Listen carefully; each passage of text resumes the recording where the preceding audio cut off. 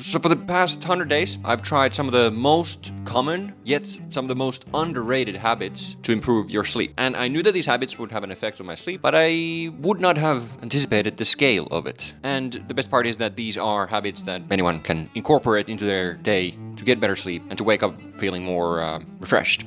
So this is my journey. Hi.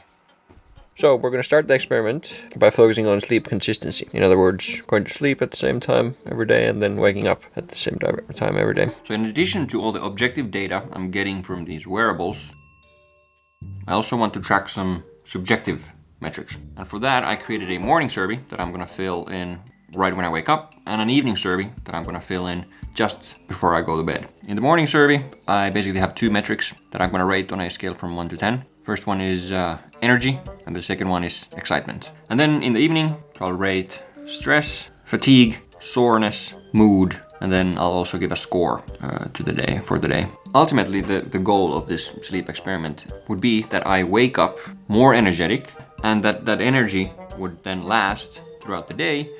And at the end of the day, I don't know. I think that's good enough. So I'm gonna create a full-on block, both on my computer and on my phone at 10:30 p.m. The biggest reason I'm not in bed by 11 on some days is that we're on this couch watching Netflix. I'm gonna be using a cold turkey blocker, and I can create a frozen turkey blocker, which basically it blocks the whole computer. Start at 10:30 p.m. It's gonna continue all the way to, 5 a.m. like so. Whether he means to raise a host for me or for him. Huh! It worked! It just shuts down the computer. Then I can't use it anymore until 5 a.m.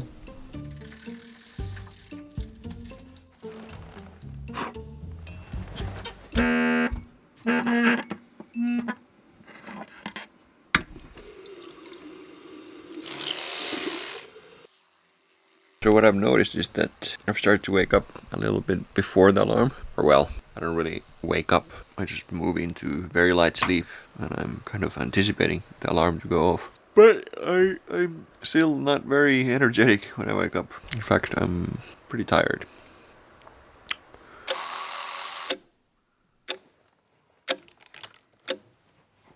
So I pulled all the data from Oura to a spreadsheet, and then I made cool graphs that kind of show how this experiment is going. So on the left it's showing when I went to bed, and then on the right it's showing when I woke up. The closer to this line all of these dots are, the more consistent my bedtime and wake time are. We can see my wake time is very consistent, and even my bedtime has become more and more consistent. And I think this is the kind of the maximum amount of consistency I can sustain with reasonable effort. Like, if I want to be any more consistent, it just requires a bit too much from me, and I don't think I need to be any more consistent to achieve high quality, refreshing sleep. But even with this kind of sleep consistency, the other metrics are still not looking that good. If you look at this trend line here for my total sleep duration, like, it has increased very slightly from like 6 hours 50 minutes to 7 hours and 5 minutes. And then finally we have the metric that I think is the most important. So what is my energy in the morning? And you can see that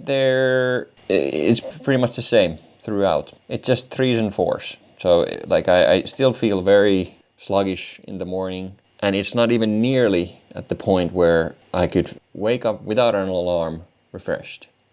What I think I need to do is to modify my evening routine.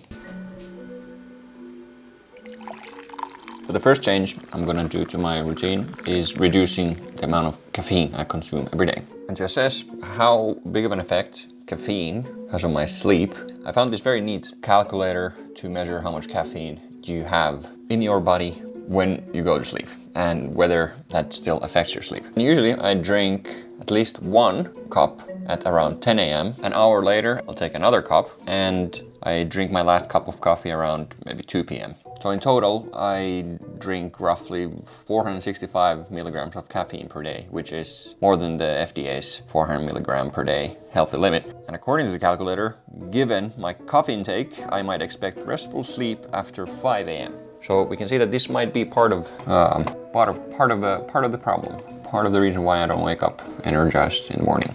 And probably there would be even more benefits if I cut caffeine completely. But then again, I need to find a balance between getting the best possible perfect sleep and actually enjoying my days. And coffee does bring me a lot of enjoyment. So I'll stick with that 1 cup before noon, because it seems to have very little effect on my sleep. So after I quit drinking so much coffee, I've turned to tea. And like, I drink a lot of tea now. Probably drink like 5 cups every day, afternoon. And it's herbal tea, so it doesn't have caffeine. But I do have to say, I was quite surprised that the effect was so immediate and so apparent. Like, I think it took like 2 days of less caffeine, and I already started waking up more refreshed. And now it's at a point where I'm quite consistently like starting to wake up before the alarm rings. And that's very good. And also when I get out of bed, I generally feel that I'm ready for the day and that I don't necessarily need to go back to bed.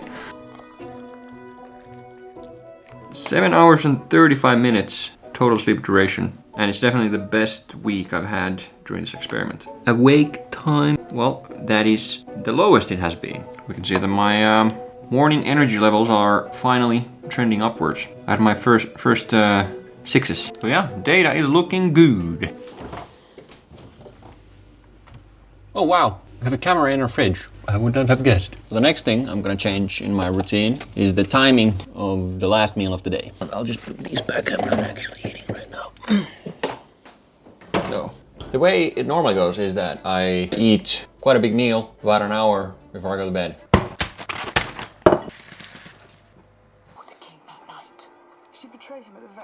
And I think that might be affecting my sleep quality. And what I remember reading is that you shouldn't eat big meals within 3 hours of your bedtime. And I guess that's as good of a rule as any. So we're gonna start with that. And I'm gonna set an alarm to 8 p.m. after which I should not be eating any big meals. Now I already have 3 alarms on my watch. I have my wake up alarm at 8 a.m. Then I have my no eating alarm at 8 p.m. And then I have my prepare for bed alarm at 10:30. I wonder how many more alarms I'm gonna have before this experiment is over. 8 p.m. Can you focus? It's all very simple things. This 8 p.m. rule is also giving structure to my workday, because I just have to stop working earlier to be able to work out before dinner. There's like a domino effect. I'm trying to sleep better, so I need to stop eating earlier, so I need to stop working earlier, so I need to be more focused when I'm actually working, so that I get the work done, you know? No more working! But I would also say that it was easier than I expected to just not eat for 3 hours before bed. I thought I would be much hungrier and it would make it harder to fall asleep, but in general I've just felt like I've fallen asleep very fast, maybe faster than before. I can't recall waking up in the night or even having like restless sleep in the past week at all. In the past, my resting heart rate has been about 44 on average. And now during this new meal timing intervention, I've already had a resting heart rate of 40 on 3 of the nights. And then heart rate variability has been extremely high. Like if you look at this so this is the weekly average for my night HRV. You can see a clear bump, and those are kind of good metrics for assessing how recovered you are. A lower resting heart rate and a higher HRV are generally a good thing. And the only thing it really required me to do was to have a plan for my meals and to prep meals if I know that I'm gonna miss a meal. Like, that's basically the only change I had to do. Oh, look at that. It's the alarm.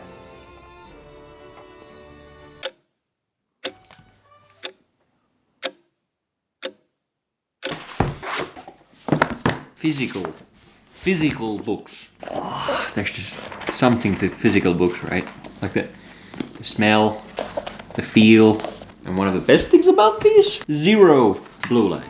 Okay, so I bought some smart light bulbs. It looks like just a regular light bulb. Okay, let's see if this works, even though this... So for this one, we're gonna set a sleep schedule. So at 9 p.m., it will turn red and then slowly fade out for 2 hours. I think red light is one of the best options for not interrupting your sleep. And then I'll also add a wake up schedule. So starting at 7:30 every day, it turns on and then it's gonna fade in for 30 minutes. I had never actually realized how many things you can do with a smart light bulb. Because like now we don't need to buy sunlight lamps or something. Those lamps that slowly turn brighter before you wake up. Because now this smart light bulb is doing that exact same thing for 14 euros. This thing cost me 14 euros. That's crazy. It's 7 past 10. So I'm gonna start winding down. We'll start by turning off some lights. And then the first thing I'm gonna do, I'm just gonna organize things, clean up, and then prep things for tomorrow. The more I thought of it, it has like a double benefit. It's not very stimulating, and it allows me to kind of like turn my brain off, which is great for calming down. And then 2, I am more prepared in the morning to start the day, so.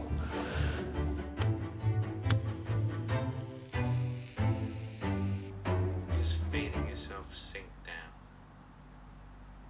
into the bed beneath you.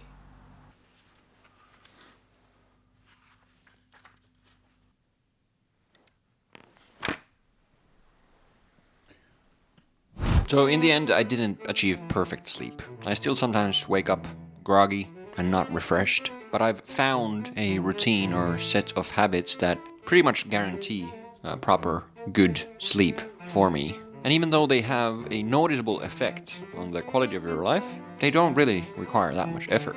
It's mostly about creating the kind of environment that allows you to be in bed ready to sleep at a certain time and then waking up at a specific time. And then sticking to that as well as you can, but still not stressing too much about it because life happens.